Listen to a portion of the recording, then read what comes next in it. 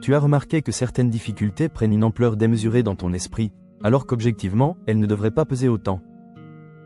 Tu te focalises sur elles, les observes, les décortiques, les ressasses, et progressivement elles deviennent plus importantes, plus lourdes, plus urgentes qu'elles ne le sont réellement. Ce phénomène n'est pas une faiblesse ni un manque de maturité. Ce n'est pas non plus un signe de mauvaise gestion émotionnelle ou d'absence de recul. C'est un mécanisme cognitif universel que ton cerveau utilise pour donner de l'importance à certains éléments de ton environnement et pour orienter ton attention. Cette amplification n'est pas aléatoire, elle correspond à un mécanisme cognitif bien identifié, appelé biais d'illusion de focalisation. Comprendre ce biais te permet de reprendre le contrôle de ton esprit et de réduire la pression inutile qui en découle. Le biais d'illusion de focalisation fonctionne ainsi: lorsque tu concentres ton attention sur un problème, ton cerveau croit qu'il est proportionnellement plus important qu'il ne l'est en réalité. Ce mécanisme est lié à la manière dont l'esprit humain attribue du poids aux informations présentes dans la conscience immédiate. Ce qui occupe ton attention semble plus grand, plus urgent et plus complexe. L'amplification n'est pas un jugement moral, elle est automatique et inconsciente.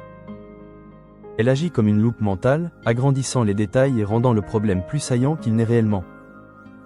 Cette amplification a plusieurs conséquences directes sur tes émotions et ton comportement.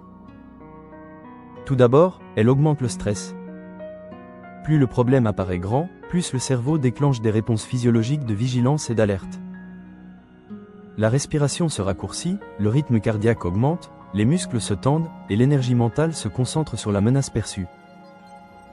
Le problème réel n'a pas changé, mais la perception est altérée. Ensuite, le biais réduit ta capacité à réfléchir calmement et stratégiquement, car la focalisation excessive monopolise les ressources cognitives disponibles. Cela crée un cercle vicieux où l'attention amplifie le problème, et le problème amplifié attire davantage l'attention. Ce biais est renforcé par la manière dont le cerveau humain priorise l'information. Les événements saillants, inhabituels ou émotionnellement chargés captent naturellement l'attention. Lorsque tu rencontres un obstacle ou une difficulté, ton esprit le met en avant et minimise le reste du contexte, même si de nombreux autres aspects de ta vie restent équilibrés et positifs.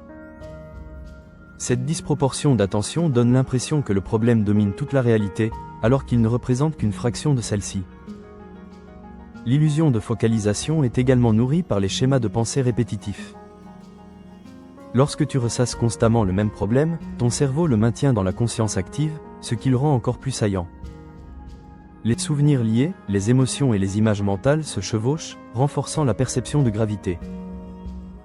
Cette répétition crée une surévaluation systématique, même lorsque l'expérience réelle n'a pas changé. Le biais d'illusion de focalisation agit aussi sur le futur. Plus tu observes un problème, plus tu anticipes ses conséquences de manière catastrophique. L'esprit humain a tendance à extrapoler à partir de l'information disponible, et lorsque le problème devient central dans la conscience, toutes les projections futures s'ajustent à cette focalisation. Cela amplifie l'inquiétude et la paralysie décisionnelle, car le futur semble entièrement dominé par cette difficulté perçue. Il existe des leviers pour réduire cet effet. Le premier est la prise de conscience consciente. Reconnaître que le problème est amplifié par ton attention immédiate diminue la charge émotionnelle qu'il génère. Le second est la redirection de l'attention vers le contexte global. En observant la situation dans sa totalité, tu réalignes la perception sur la réalité objective. Cette pratique nécessite un effort initial, mais elle entraîne le cerveau à ajuster l'importance attribuée aux éléments et à réduire l'amplification automatique. Un autre levier puissant consiste à fractionner le problème. Décomposer une difficulté en parties distinctes permet de traiter chaque élément individuellement et de constater que chacun est plus gérable que ce que la perception globale suggérait. Cette méthode réduit l'impression de gravité totale et restaure le contrôle mental. Le cerveau comprend alors que la menace n'est pas uniformément écrasante et réajuste les réponses physiologiques et émotionnelles. Le biais d'illusion de focalisation peut également être contrebalancé par des pratiques de régulation cognitive et émotionnelle. L'aspiration consciente, la méditation et l'écriture permettent d'externaliser les pensées et de créer un espace entre la conscience et le problème amplifié. Cette distance mentale diminue la sensation de lourdeur et renforce la clarté pour l'action. Les techniques de visualisation ou de priorisation aident également à replacer les difficultés dans une perspective proportionnée et fonctionnelle. Il est important de comprendre que ce biais n'est pas seulement un obstacle, mais aussi un signal. Il indique où le cerveau a besoin de clarification et où l'attention a été captée de manière excessive. Si tu l'utilises comme indicateur plutôt que comme jugement, tu peux transformer la focalisation en un outil stratégique.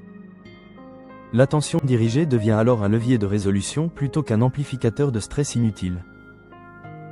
La pratique régulière de ces stratégies permet d'installer un équilibre cognitif durable.